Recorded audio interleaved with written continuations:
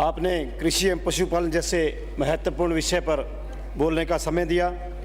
सभापति महोदय, गेहूं की फसल पकाव पर है, मगर मुझे बेहद अफसोस के साथ सदन में कहना पड़ रहा है कि आईजीएनपी गंगकनाल एवं भाखड़ा की नहरों में मरम्मत के नाम पर बेवक्त सरकार द्वारा दिनांक 21 मार्च से बंदी ले रखी है।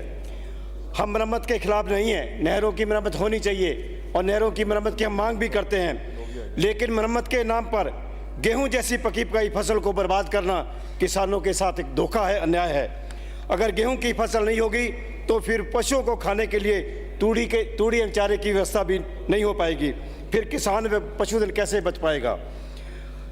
सभापति महोदय, हमारा श्री गंगानगर जिला पूरी तरह से कृषि पर निर्भर है, जिसमें हिंदुस्तान की 3 महत्वपूर्ण सिंचाई परियोजनाएं हैं, आईजीएनपी, गंग व भाखड़ा। लेकिन दुख इस बात का है कि सरकार की गलत नीतियों की वजह से तीनों परियोजनाएं पूरी तरह से प्रभावित हो रही हैं एवं जिले के किसान रोज धरना प्रदर्शन को मजबूर हैं। यह इस बात का सबूत है कि ब्यूरोक्रेसी, नौकरशाही सरकार पर हावी है। ऐसे में आप कैसे किसान व पशुधन को बचाने की कल्पना कर सकते हैं? यदि वास्तव में आप किसान व पशुधन को बचाना चाहते हैं तो हर हालत में आईजीएनपी, गंग व भाखड़ा की किसानों को गेहूं की फसल पकाव हेतु पूरा पानी दो, तभी किसान एवं इलाके का पशुधन बच सकता है। पौंग डैम का लेवल वर्तमान में सभापति महोदय 1335 फीट है। गेहूं के पकाव के लिए एक और सिंचाई पानी की महती आवश्यकता है। डैम में 1290 फीट तक पानी सिंचाई के लिए इस्तेमाल किया जा सकता है। सभापति महोदय, प्लीज आपसे मेरा विनम्र अनुरोध है, तुरंत हस्तक्षेप करते हुए एक अतिरिक्त सिंचाई पानी की व्यवस्था कराई जाए ताकि इलाके की गेहूं की फसल पकाई जा सके। प्रस्तावित बंदी स्थगित कर इसकी अवधि 15 दिन आगे बढ़ाई जाए। किसान हक मांगता है सभापति महोदय, भीख नहीं मांगता। सभापति महोदय, श्री गंगानगर के जिले के किसानों को समय पर खाद, डीएपी, यूरिया नहीं मिलती। किसानों को खाद के लिए लंबी लंबी लाइनें लगानी पड़ती हैं और पूरे दिन भूखा रहना पड़ता है, ऊपर से पुलिस की लाठियां भी खानी पड़ती हैं। किसानों को गुणवत्ता वाले बीज नहीं मिलते, बाजार में जगह जगह पर नकली बीज भेजे जाते हैं, ऊपर से इनको भारी भरकम कीमत वसूल करके किसानों का शोषण किया जाता है। मेरा आपसे आग्रह है कि किसानों को सर्वोच्च गुणवत्ता वाले बीज उपलब्ध कराए जाएं एवं इन्हें समय पर खाद, डीएपी, यूरिया की उपलब्धता करवाई जाए। सभापति महोदय, वर्तमान समय में नरेगा में डिग्गियों बनाने पर जोर दे रहे हैं। नरेगा योजना में 1,20,000 रुपये मटेरियल एवं 1,80,000 रुपये लेबर के रूप में भुगतान किए जाते हैं, जिसमें नरेगा योजना में किसानों का डिग्गी बनाने का सपना अधूरा ही रह जाता है। डिग्गी निर्माण हेतु आवेदनकर्ताओं का चयन लॉटरी सिस्टम से किया जाता है। मेरा सरकार से आग्रह है, इस लॉटरी सिस्टम को बंद करके वरीयता क्रम से आवेदनकर्ताओं का चयन किया जाए।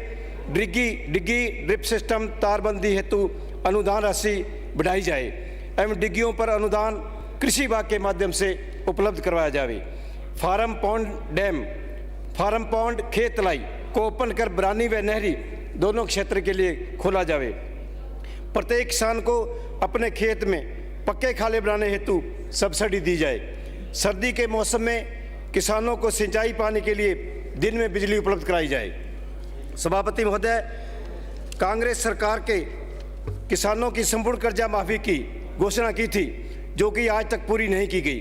ऋण माफी की उम्मीद में बैठे किसानों के ऋण खाते एनपी हो गए हैं। किसानों की जमीनें कुर्क की जा रही हैं। मेरा आपसे आग्रह है, जिला कलेक्टर, एसडीएम को निर्देशित किया जाए कि रोडा एक्ट में किसी भी किसान के ऋण वसूली के लिए किसानों की भूमि नीलाम नहीं की जाए एवं ऋण वसूली हेतु किसी प्रकार का भी इंसेंटिव राशि किसानों से नहीं ली जाए एवं पाले कोरे से खराब हुई सरसों एवं चने की फसल का तुरंत प्रभाव से मुआवजा अतिशीघ्र दिया जाए।